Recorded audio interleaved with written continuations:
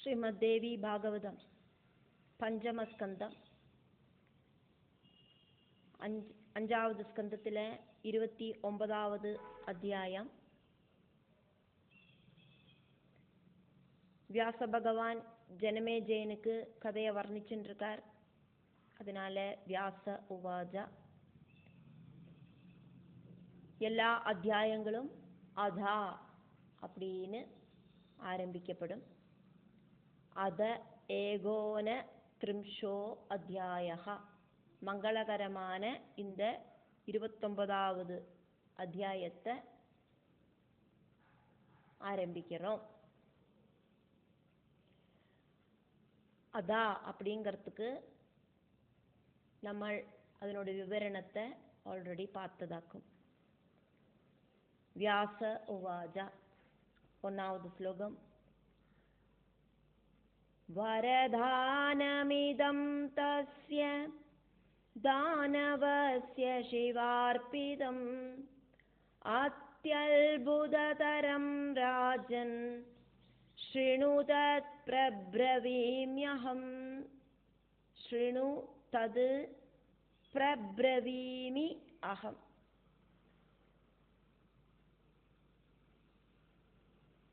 அந்த அசுரனுக்கு பரமசிவன் கொடுத்த ரொம்ப சிரேஷ்டமான ஒரு வரதானத்தை நான் சொல்றேன் கேட்டுக்கோ அப்படின்னு வியாச பகவான் சொல்றார்.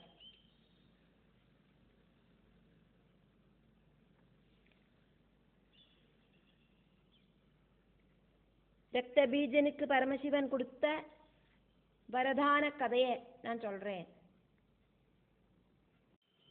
2வது ஸ்லோகம். தஸ்ய தேஹாத் ரக்தபிந்துர்யதா பததி பூதலே சமுத்பதந்தி தைதேயாஸ்தத்ரூபாஸ்தத்பராக்ரமா.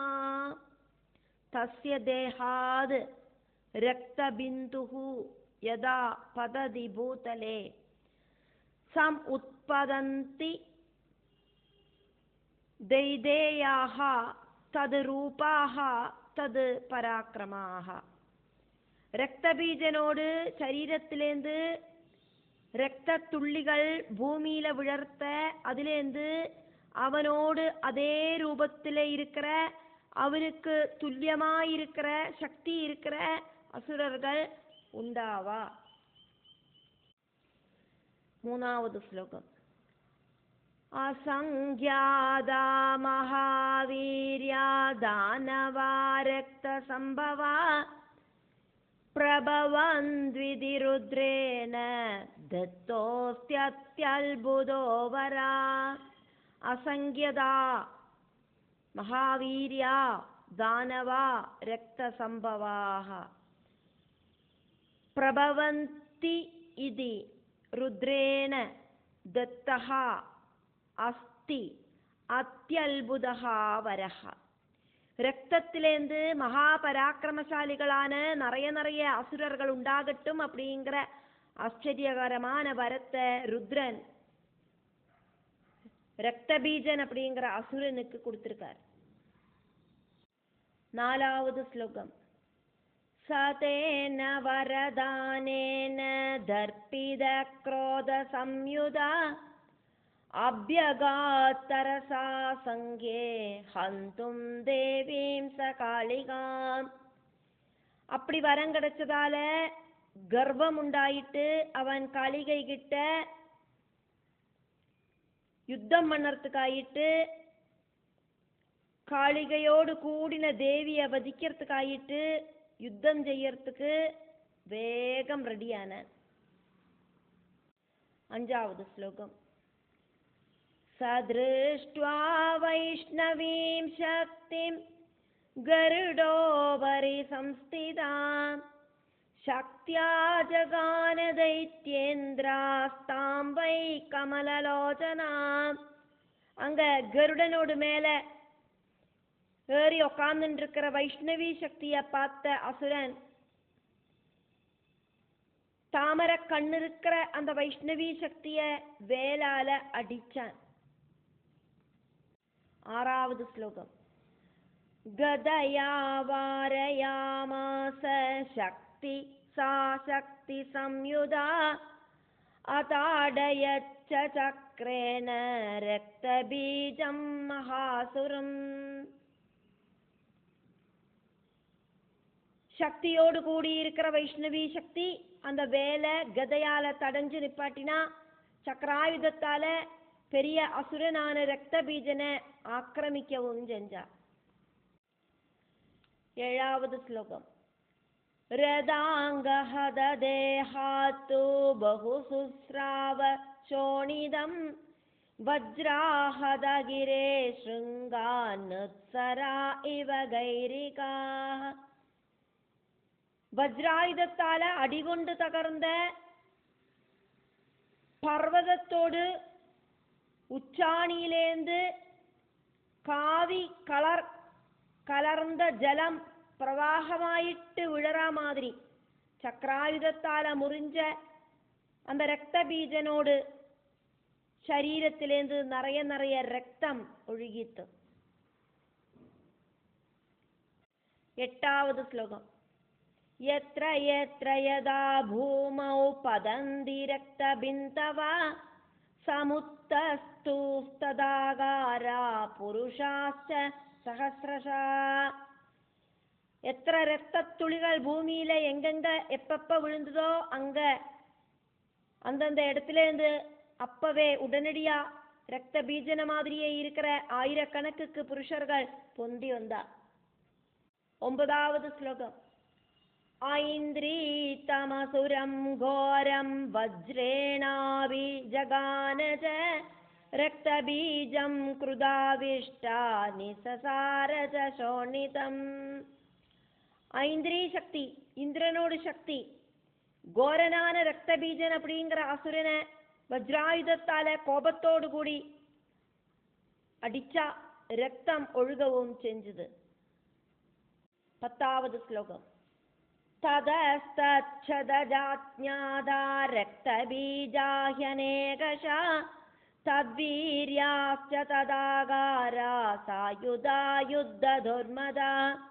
ரக்தபீஜன மாதிரி பராக்கிரமிகளும் அதே ரூபத்தில் இருக்கிறவாளும் அதே மாதிரி ஆயுதங்களை தரிச்சவாளுமான யுத்தத்துக்கு தாற்பயம் இருக்கிற நிறைய ரத்த பீஜர்கள் அப்பவே அந்த ரத்தத்திலேந்து உயர்ந்து வந்தா. 11வது ஸ்லோகம். பிரம்மாணி பிரம்மதண்டேன குபிதா ஹ்யஹனத் ப்ருஷம் ஹி அஹனது ப்ருஷம் மகேஸ்வரி திரிசூலேன தாரயாமாச தானவம். பிரம்மாணி பிரம்மதண்டத்தால கோபத்தோடு கூடிட்டு அவனை ஓங்கி அடிச்சா. மகேஸ்வரி திரிசூலத்தால அந்த அசுரனை குத்தி பிளர்ந்தா. 12வது ஸ்லோகம். நாரசிம்ஹி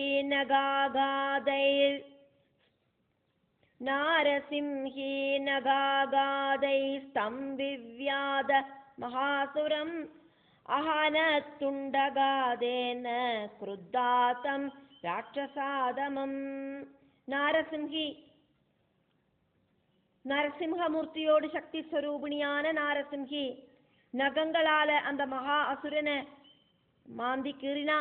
வாராகி தேவி அந்த துஷ்ட ராட்சசனை கோபத்தோடு கூடி கொம்புகளால கிழிச்சா. இப்படி இந்த தெய்வங்களோட சக்திகள் எல்லாம் அவன் ஆக்கிரமிச்சிட்டும் அவனுக்கு ஒன்றும் ஆகலை அப்படிங்கிறது யாக்கும் இங்க சொல்லப்படுறது. அந்த அளவுக்கு அவனுக்கு கிடைச்ச அந்த வரசித்தியோடு பவர்னாலேயாக்கும் அவனுக்கு அப்படி ஒன்றும் ஆகாம இருக்கு. அல்லாதக்கு இந்த தெய்வங்களுக்கு பவர் இல்லாதக்கு கிடையாது. 13வது ஸ்லோகம்.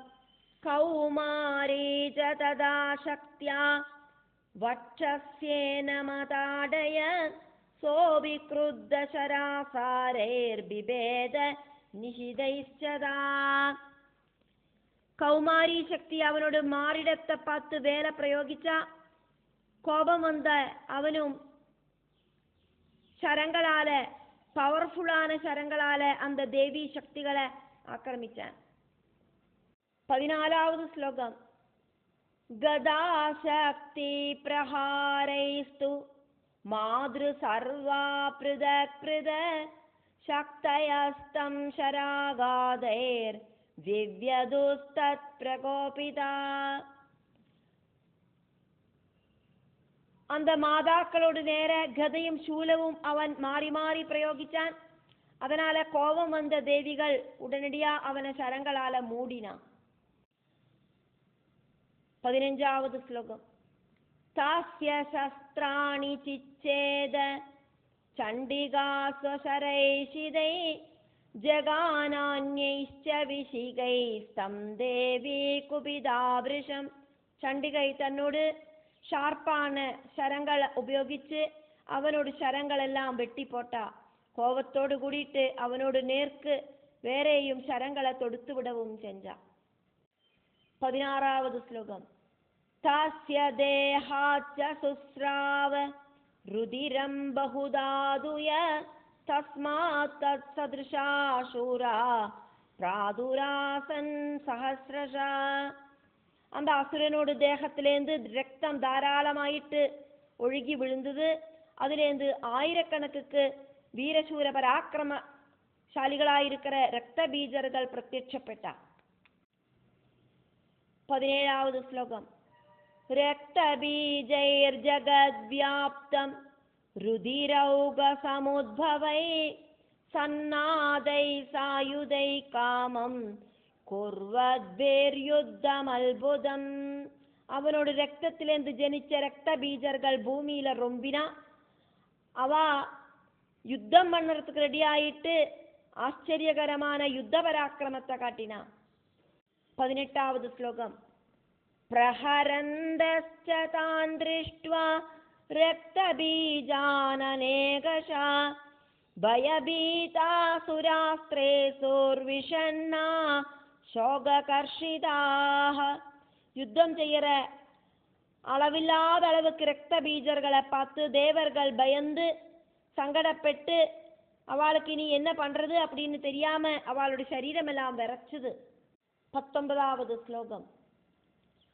கதமத்யக்ஷயம் தைத்யா கமிஷ்யந்தி சஹஸ்ரஷா மகாகாயா மகாவீர்யா தானவா ரக்த சம்பவா. ஆயிரக்கணக்குக்கு இருக்கிற இந்த அசுரர்கள் இப்ப எங்க நசிக்கிறதுக்காக்கும்? எப்படி இவாளெல்லாம் இல்லாம பண்ண முடியும்? இந்த தானவர்கள், இந்த அசுரர்கள் ரத்தத்திலிருந்து உண்டானவாளும் அதிசக்தர்களும் வீரர்களுமாக்குமே. 20வது ஸ்லோகம். ஏகைவ சண்டிகாஸ்திராஸ்தி ததா காளீ ச மாதரா ஏதாபிர்தானவா சர்வே ஜேதவ்யா கஷ்டமேவ தத். இங்க சண்டிகை தன்னந்தனியாதான் இருக்கா.